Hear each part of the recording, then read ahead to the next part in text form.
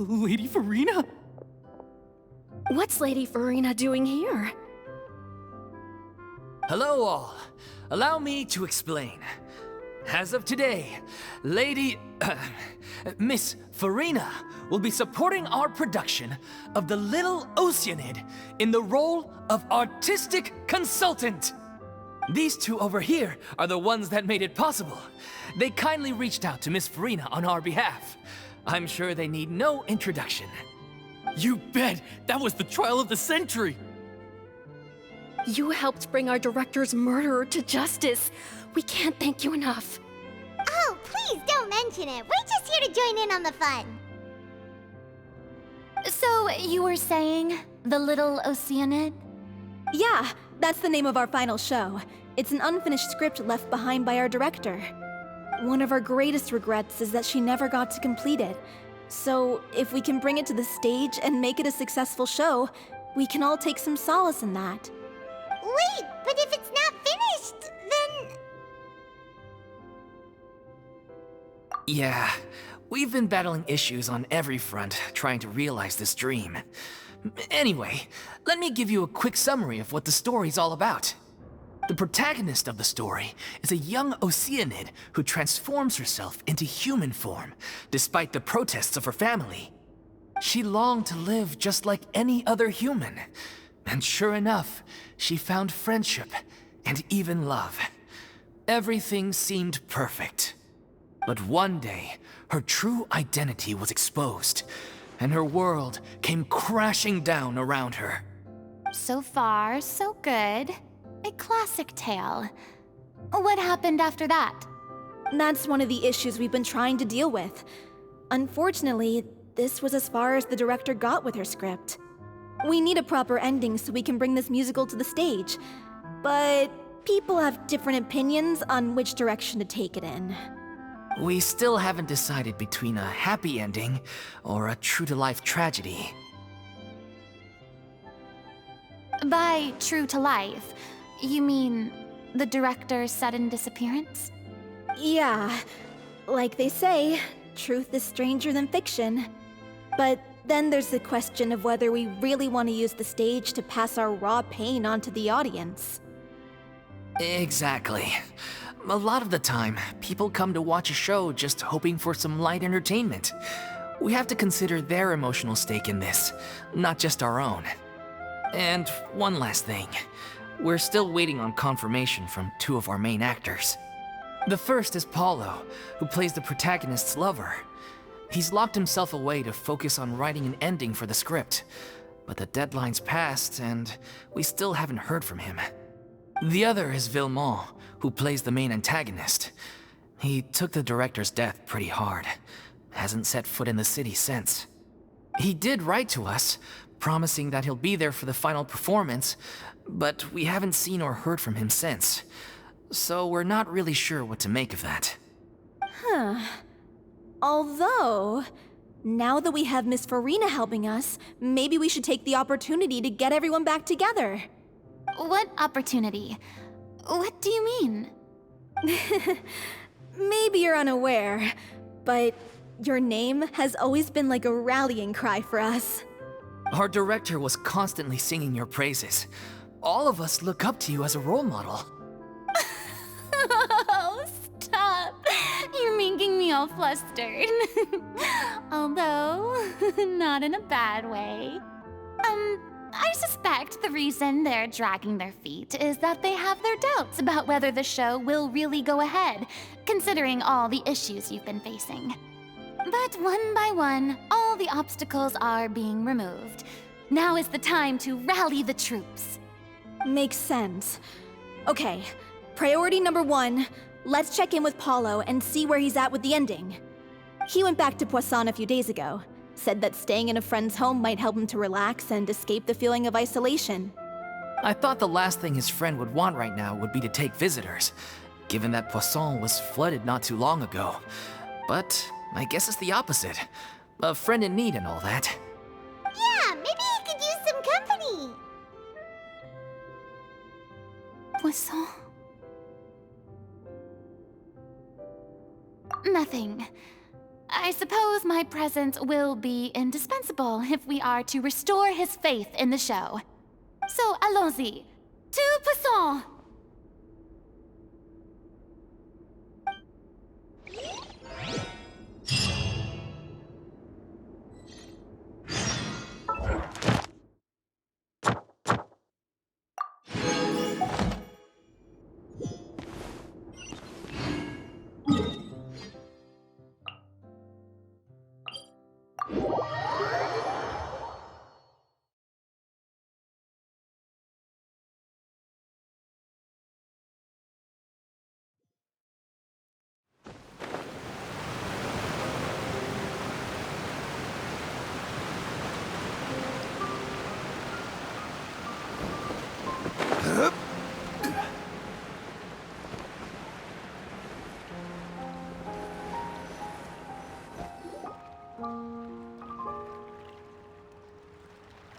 If I remember correctly, this is where he's staying.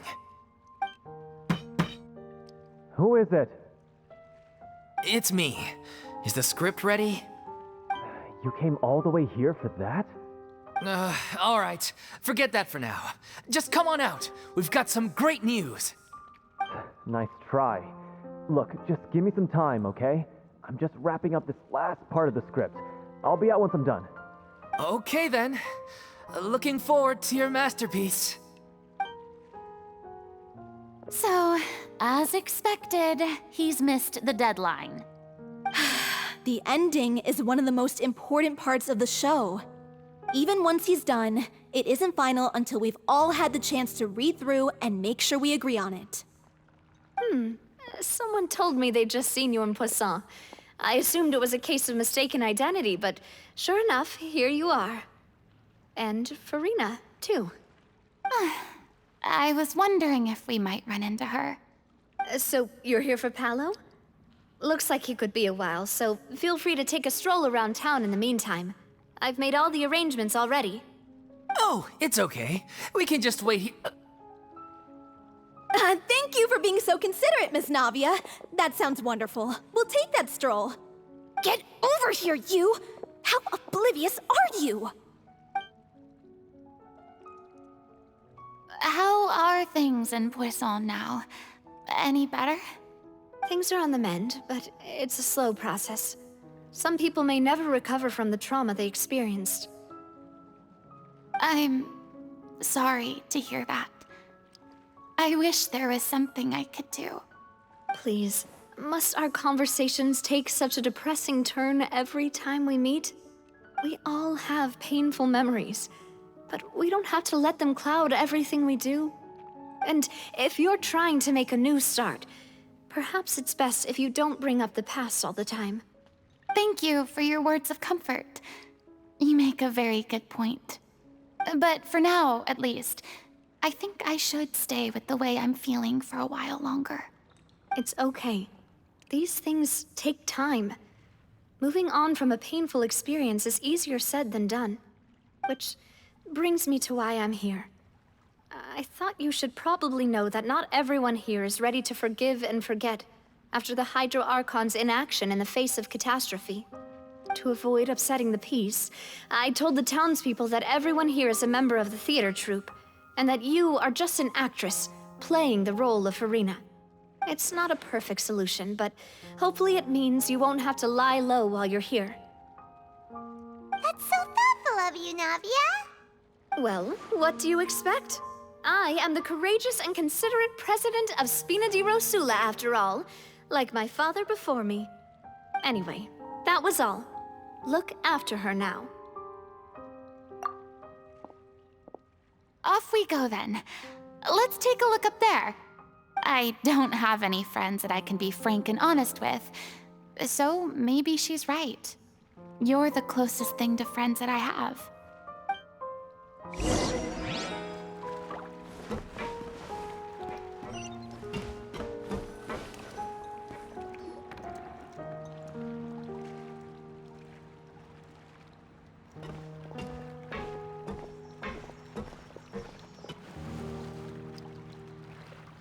I'm so grateful that Miss Navia was so understanding. To be perfectly honest, I didn't know if I was ready to meet her. It's always easiest to just run away from your problems. But that never fixes anything. You can't get around the obstacles without facing them. So that's why you were nervous when they brought up Poisson. Yeah. I'd be lying if I said I wasn't scared of coming back here. Still, I felt it was something I had to do. As I was saying before, I want to see for myself the things that I never could in the past. I'd be overjoyed if the people here could find it in their hearts to forgive me. But they're more likely to unleash a tirade of vitriol against me, which, of course, I completely understand and accept. Yeah, I can tell people are watching me.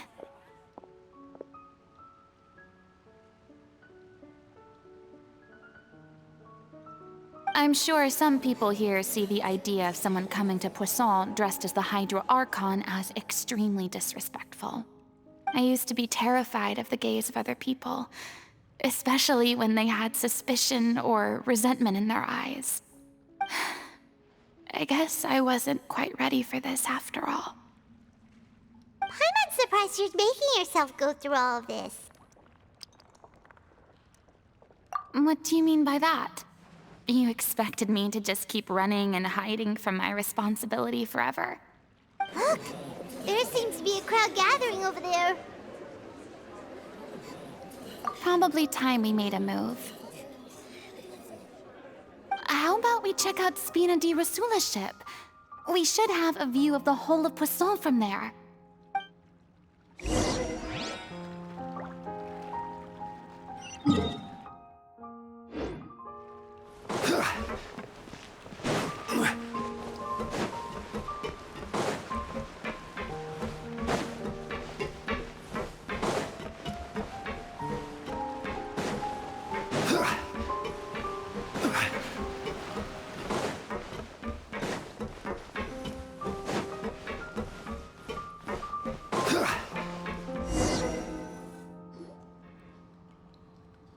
I'm sorry.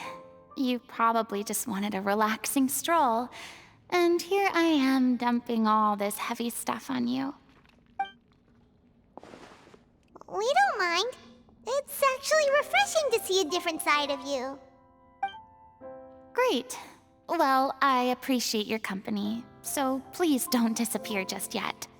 I don't know whether you can tell, but the years of suffering and loneliness aren't the only reason I have a hard time facing up to who I used to be. As I stand here by the ship, I can't get the images of the rising water out of my mind. One after another, people were taken by the water. All those treasured lives and memories washed out of existence in an instant. They thought their god would protect them. They had absolute faith that when disaster struck, a divine power would save them from harm. And all the while, I played my part to perfection to convince them that was true. But then the floodwaters finally came, and the Hydro Archon did nothing. You shouldn't look at it like that. You were only doing your duty. I've had to go through so many moments like that for the sake of protecting the truth. As time went on, it got harder and harder to bear, and I became more lonely and isolated. Eventually, I realized I had nothing left except the truth.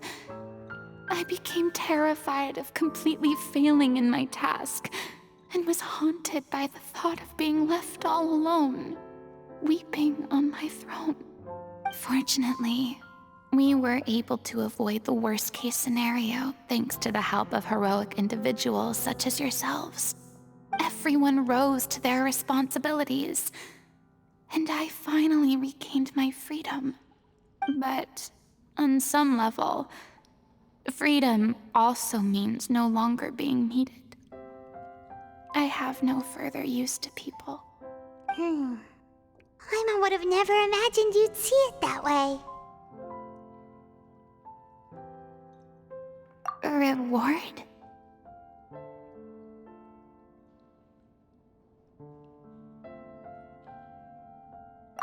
guess so. And back then, I didn't even dare to dream about having someone to confide in. I was scared of someone recognizing me for who I truly was, and exposing the secret I swore to protect. Believe in the Furina you see on stage. She is the one you can trust. I had to keep all my feelings, all my curiosity about life to myself. No one could be allowed to know. That's what I really meant when I said I'm no good at maintaining relationships. So that's where you were coming from. Paimon totally thought you were just a bit of a diva at heart. Could you please get off my case? I don't know what's gotten into you today. I'm making an effort here. You could at least try to do the same. I do. I once had nothing but the truth, and now I'm finally free to live my own life again. And even though I have no idea where I'm going right now, at least the choice is in my hands. All right, it's about time to head back. Paulo should have finished the ending by now. Sure. Okay, let's head back and check it out.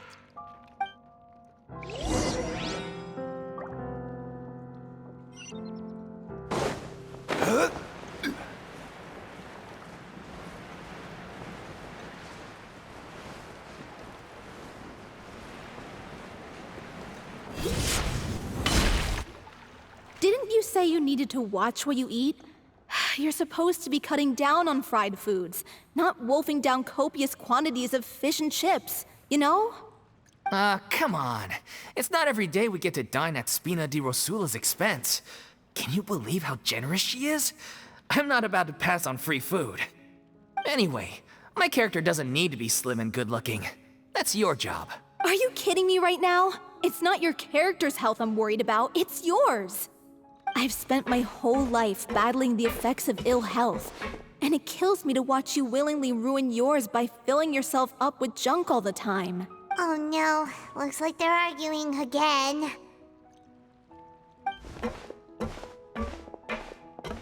We're back! Could you maybe put your differences aside for a moment? Ah, you're back. We've been enjoying Spina di Rosula's VIP treatment in your stead. Paulo's nearly done. We shouldn't have to wait too much longer. Great! So you were discussing your characters, right? We heard she's playing the Oceanid who turns into a human girl. What about you? Me? I'm an Oceanid too.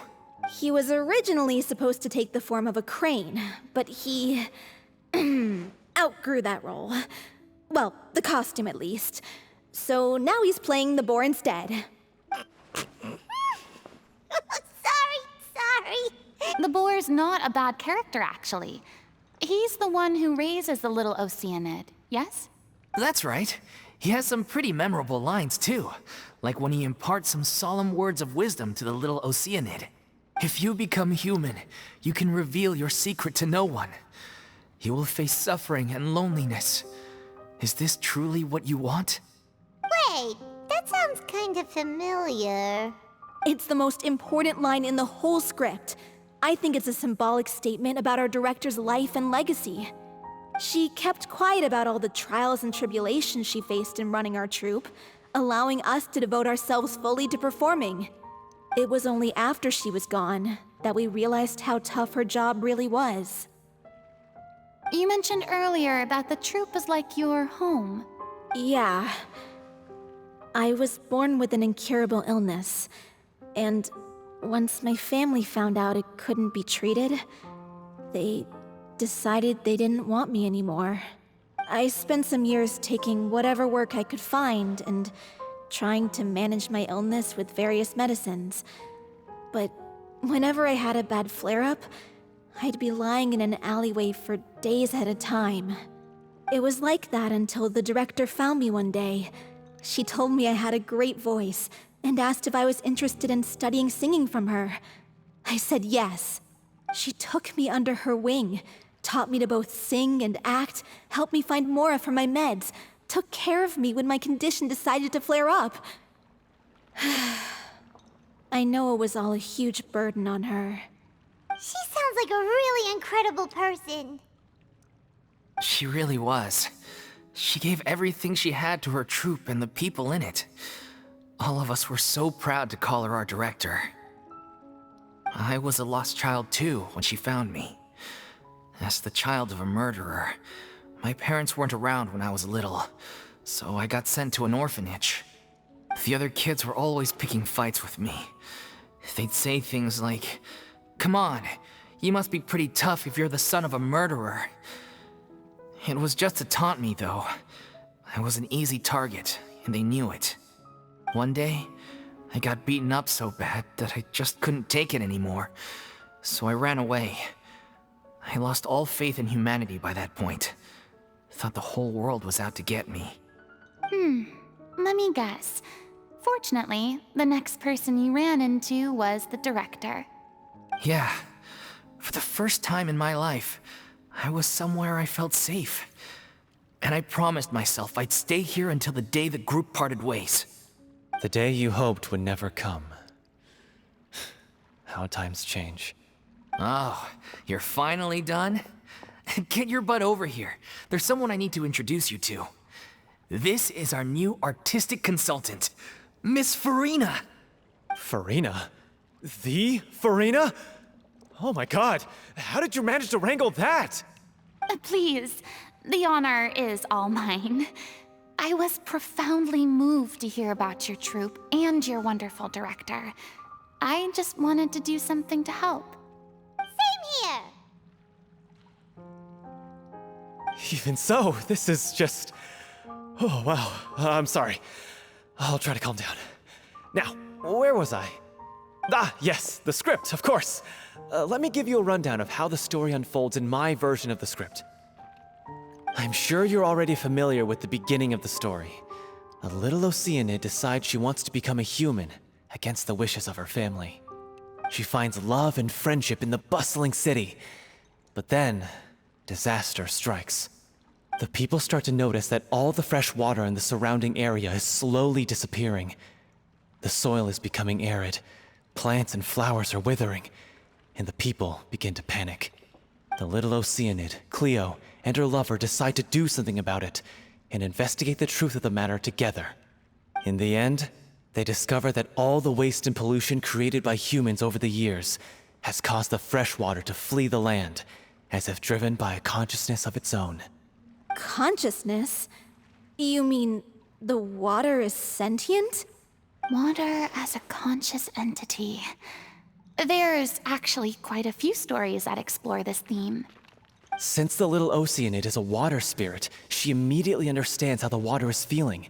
She then tells her lover about her true identity, as well as the truth behind the crisis. Her lover accepts her for who she is, and works with her to find a way to bring the water back. However, unbeknownst to them, there were some people eavesdropping when she revealed her secret. The little Oceanid is accused of being directly responsible for driving the water away, and faces the greatest dilemma of her life. And then? In the end, she makes the brave decision to sacrifice herself to save her lover, and the rest of humanity. Huh? But didn't they all treat Cleo like a villain? Why would she want to save them after that? Well, she mainly wanted to save her lover, plus everyone who'd stood up for her. Through her love for her human partner, she was able to find an even greater love, one that extended to all of humanity. Surely the biggest strength of Cleo's character. There's actually something else that bothers me. You know the protagonist is supposed to represent the director, right? And she never had the chance to become a hero in our world. If we're serious about dedicating this show to her memory, we should make the ending as true to life as possible. What about if the little Oceanid is hounded to death by people who hate her, her lover makes sure her secret never gets out, and humanity continues down the path to extinction?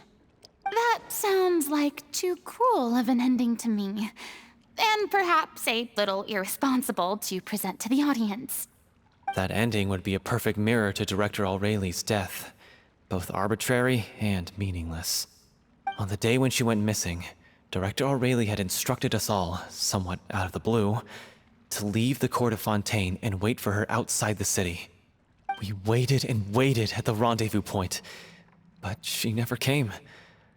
By the time we returned to the city, she disappeared without a trace. We looked for her. The Gardamex looked for her, but she was nowhere to be found. Increasingly, all the signs seemed to point to her being the latest victim in the serial disappearances case. The director was the kindest soul in the world. Yet she was senselessly sacrificed for the sake of a so-called experiment by someone who had nothing to do with her at all. But doesn't the way she suddenly told you to leave the city suggest that maybe she had some sense of what was about to happen? It almost seems as if she was moving you to safety. I've been trying to follow up on that ever since, but all my efforts so far have turned up nothing. Villemont might know something, but he won't open up to me. Villemont? The one who's playing the role of the villain? Yeah. He's been overwhelmed by grief. I think the director's death hit him hardest of all. Grief? Guilt, more like. Also, I have a hard time imagining that anyone took it harder than me. Because, well, speaking of the play being true to life, I was deeply, madly in love with Aurelie. What? You kept that one quiet. It's time to be upfront with you all. No more keeping secrets from each other. We'll never be able to agree on the ending if we can't be honest about how we feel. I did tell her how I felt once, but she turned me down pretty much straight away. She said that we were all like brothers and sisters to her, and she'd never considered us as potential romantic partners. Not that it came as a shock or anything.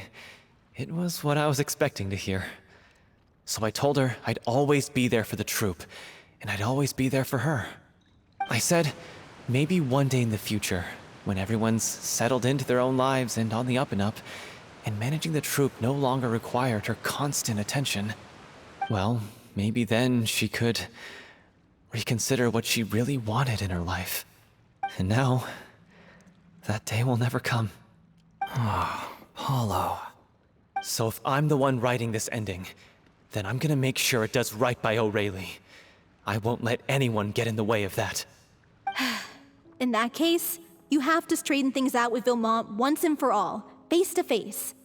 We've all had our differences of opinion over the ending, but those two have never seen eye to eye on anything.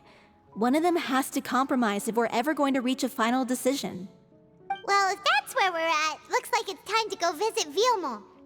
Are you ready to face the truth? Honestly, I'm slightly terrified.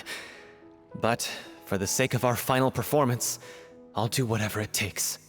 Funny you should ask, though. You really do get what I'm going through right now. I certainly do. Come on, everyone. Allons-y!